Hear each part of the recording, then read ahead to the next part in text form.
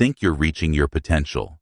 You believe you're living at full capacity, making the most of your abilities. But Nietzsche, the philosopher who shattered every comfortable lie about human nature, discovered something that will completely change how you see your own limitations. You're not failing because you lack talent. You're not stuck because life is unfair. You're limited because you're doing it to yourself. Nietzsche spent his life studying what separates the extraordinary from the ordinary. Not genetics, not luck, not circumstances, but 6 specific ways people unconsciously sabotage their own growth. And here's the shocking part. You're probably doing most of them right now without realizing it. Nietzsche called these the chains we forge for ourselves. The invisible barriers that keep us small while we convince ourselves we're trying our best. This isn't about motivation. This isn't about positive thinking. This is about recognizing the subtle ways you've been programming yourself for limitation, and once you see them, you can't unsee them. Nietzsche didn't develop these insights from books or theories. He lived them. He spent years battling chronic illness that left him bedridden for days. He faced constant rejection from academic circles who couldn't handle his ideas. He lived in poverty and isolation while writing philosophy that would change the world. But instead of letting these circumstances limit him, Nietzsche studied them. He asked, what makes some people transcend their limitations while others surrender to them?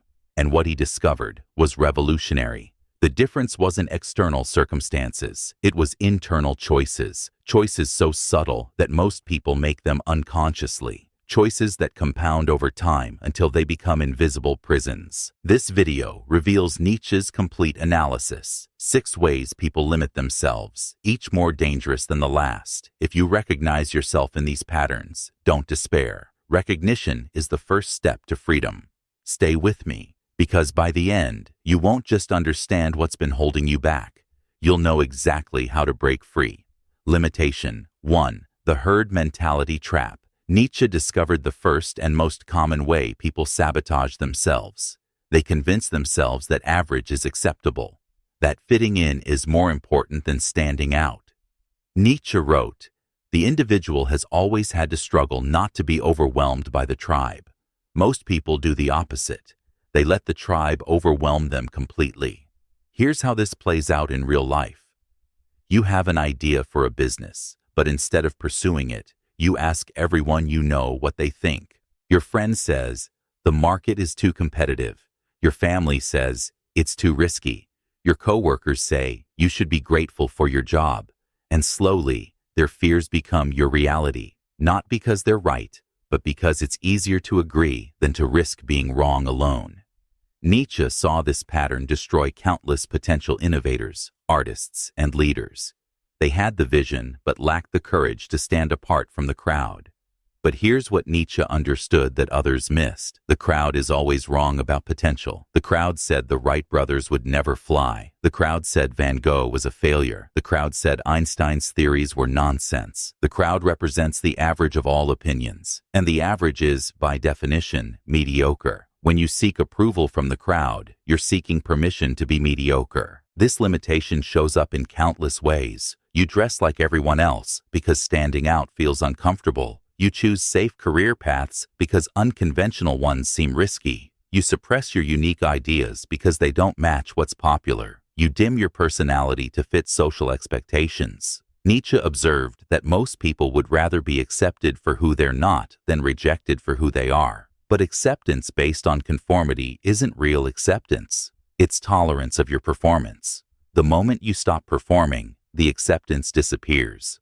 Nietzsche called this the death of individuality. When you sacrifice what makes you unique to gain approval from people who don't know the real you. The solution isn't rebellion for its own sake. It's developing the courage to be authentically yourself, regardless of others' opinions. Nietzsche wrote, "No one can build you the bridge on which you, and only you, must cross the river of life. Your bridge, your river, your crossing. But most people spend their lives trying to cross on bridges built by others. Then they wonder why they feel lost and unfulfilled." Limitation 2. Addiction to suffering.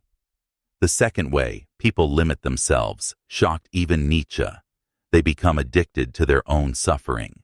Nietzsche called this the slave mentality, the belief that struggle makes you virtuous and that pain gives you identity.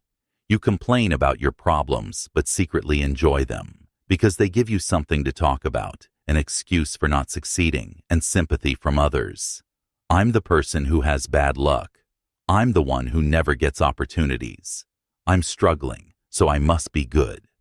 Nietzsche saw through this immediately. Suffering doesn't make you noble. It just makes you suffer. But many people prefer the comfort of familiar pain to the uncertainty of unfamiliar growth. This manifests in subtle ways. You stay in a job you hate because complaining about it gives you drama to share with friends. You remain in unhealthy relationships because the chaos feels like passion and gives you stories to tell. You create problems where none exist because solving them makes you feel needed and important. You procrastinate on important goals because struggling with them gives you an excuse for not achieving them. Nietzsche observed this pattern in his own era and realized something profound. Many people are more committed to their problems than to their solutions because problems are familiar. Problems don't require you to grow or change. Problems allow you to stay exactly where you are while feeling justified about it. Solutions, on the other hand, require you to step into the unknown, to become someone you've never been before, to take responsibility for creating a better reality. That's terrifying for most people. So they unconsciously choose familiar suffering over unfamiliar success. Nietzsche saw this as a form of psychological slavery. You become enslaved to your own limitations because they feel safe and known. But safety is often the most dangerous thing you can choose because it guarantees you'll never grow beyond your current problems. Nietzsche wrote, "He who would learn to fly one day must first learn to stand and walk and run and climb and dance. One cannot fly into flying." But most people prefer to complain about not being able to fly rather than learning to walk. Because learning requires effort and risk. Complaining only requires an audience. The addiction to suffering is also an addiction to attention. When you're struggling, people pay attention to you. They offer sympathy, advice, and support. When you're succeeding, people often feel threatened or jealous. They may withdraw their attention or even become hostile. So unconsciously, you choose struggle because it guarantees you won't be abandoned or attacked for your success. But this is a prison disguised as protection. You trade your potential for the illusion of safety and connection. Nietzsche believed that breaking free from this addiction required what he called amor fati, love of fate, not just accepting your circumstances, but finding ways to transform them into fuel for growth. Limitation 3. Fear of your own power. The third limitation Nietzsche identified is perhaps the most tragic. People fear their own power. Nietzsche observed that most people are terrified of what they might become if they stopped holding themselves back. What if you actually succeeded beyond your wildest dreams? What if you became everything you're capable of becoming? That's a scary thought. Because with great power comes great responsibility, greater expectations, and the possibility of greater failure. It's easier to stay small and blame circumstances than to grow large and face the weight of your own potential. So people unconsciously sabotage themselves. They procrastinate on important projects until deadlines pass. They choose goals that are easy to achieve rather than meaningful. They surround themselves with people who won't challenge them to grow. They make excuses for why they can't pursue their dreams. Nietzsche called this the fear of one's own greatness. Here's how this plays out practically. You have a talent for writing, but you never finish your book because then you'd have to face the possibility of rejection or success. You have ideas for improving your workplace, but you don't share them because then you might be asked to implement them and held accountable for results. You could start that business, learn that skill, or pursue that relationship, but then you'd have to live up to the results. So instead, you live in perpetual preparation, always getting ready to be ready, always planning to start planning. Nietzsche saw this as a form of self-betrayal. You betray your own potential to avoid the discomfort of living up to it. But here's what Nietzsche understood that most people miss. Your power isn't something you can permanently avoid. If you don't use your power constructively, it will express itself destructively. It will come out as frustration, resentment, depression, or anger. The energy of unrealized potential has to go somewhere, and if it doesn't go toward creation, it will go toward destruction. Nietzsche wrote, "What is the ape to man? A laughingstock or a painful embarrassment? Just so shall man be to the overman, a laughingstock or a painful embarrassment." He didn't mean humans should become superhuman. He meant humans should become fully human. Most people live as partial humans. They use a fraction of their capabilities and call it being realistic. But Nietzsche knew that living below your potential isn't realistic. It's tragic. The solution isn't to suddenly become perfect. It's to gradually expand your comfort zone with your own power. Start with small successes. Prove to yourself that you can handle winning. Then gradually take on bigger challenges and greater responsibilities. Build your capacity to handle your own success before you achieve it. Otherwise, you'll unconsciously sabotage yourself when it arrives. Limitation. 4. Intellectual masturbation. The fourth way people sabotage themselves is what Nietzsche called moral masturbation, but we can call it intellectual masturbation. You spend more energy talking about what you should do than actually doing it. You read every self-help book. You watch every motivational video. You plan and prepare and research endlessly, but you never actually act. Nietzsche despised this pattern. He saw it as a way of feeling virtuous and productive without taking real risks or facing actual challenges. When you're always learning, you never have to perform. When you're always preparing, you never have to be judged on results. You can spend years studying business without starting one, years learning about fitness without getting in shape, years reading about relationships without improving your own. And the whole time, you feel like you're making progress. But you're just masturbating intellectually. You're stimulating yourself mentally, but producing nothing of value in the real world. Nietzsche observed this in academics, who could discuss philosophy for hours, but never applied it to their own lives. In people who became experts on success without ever succeeding at anything themselves. In individuals who could analyze everyone else's problems, but never solve their own. This limitation is particularly dangerous because it feels productive. Learning feels like progress. Planning feels like action. Thinking feels like doing. But Nietzsche knew that knowledge without application is just entertainment. You're not preparing for success. You're procrastinating on success while convincing yourself you're being responsible. Here's the deeper problem. The more you study something without doing it, the more intimidating it becomes. When you read hundreds of books about starting a business, you become overwhelmed by all the things that could go wrong.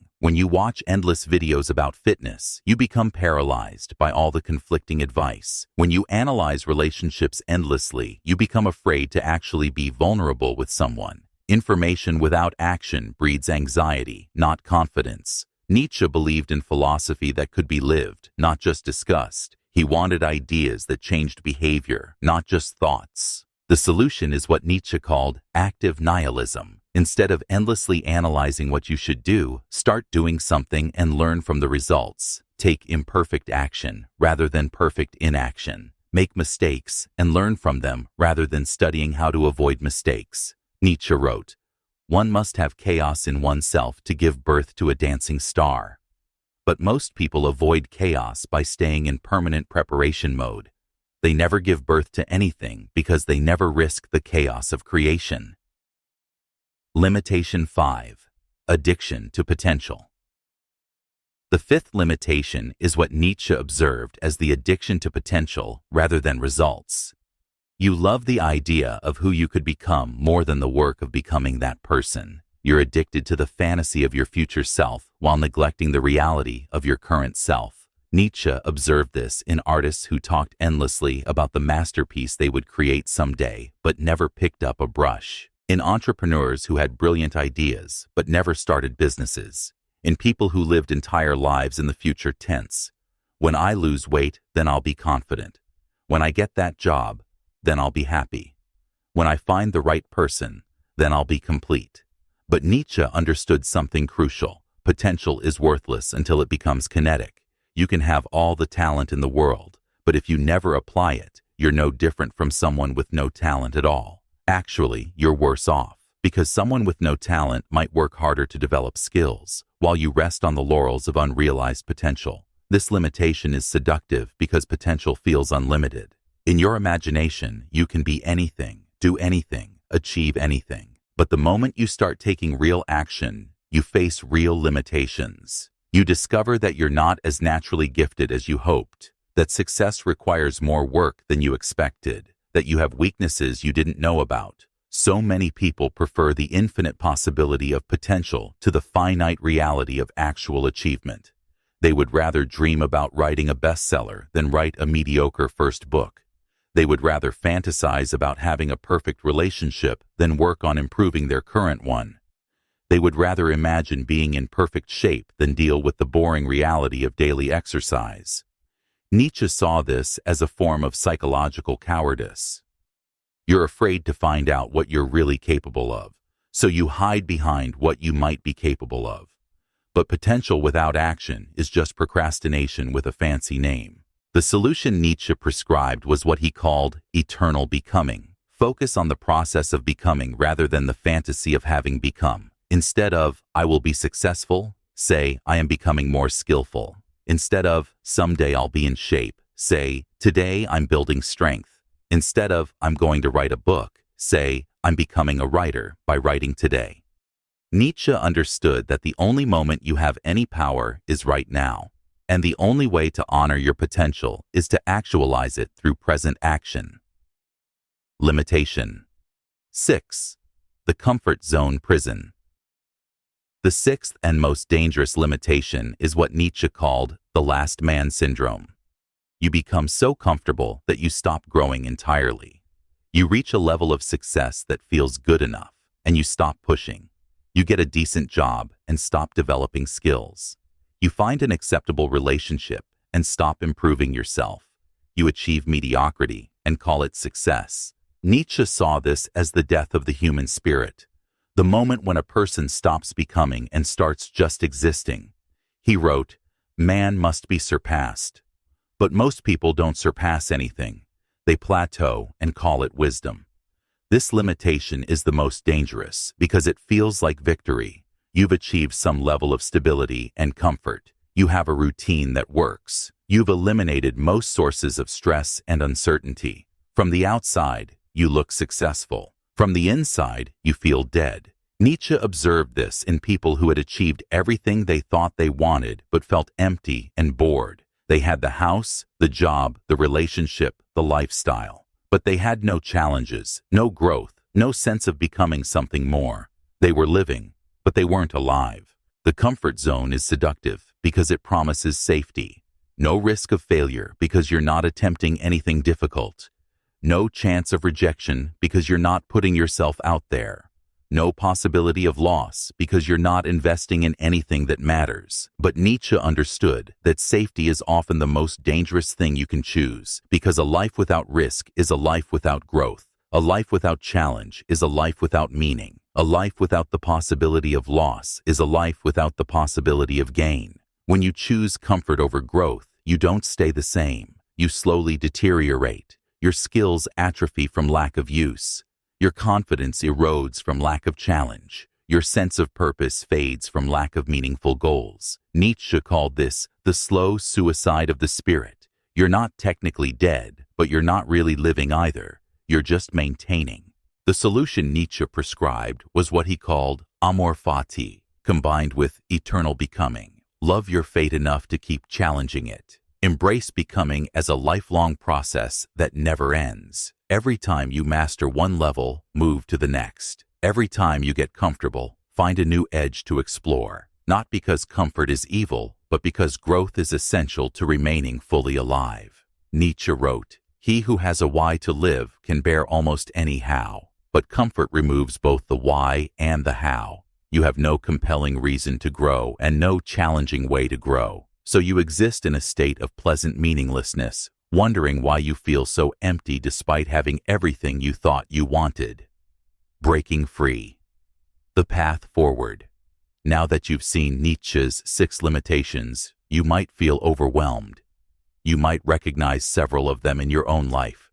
That's not a problem. That's progress. Nietzsche believed that consciousness was the first step toward freedom. You can't change patterns you don't see, but seeing them isn't enough.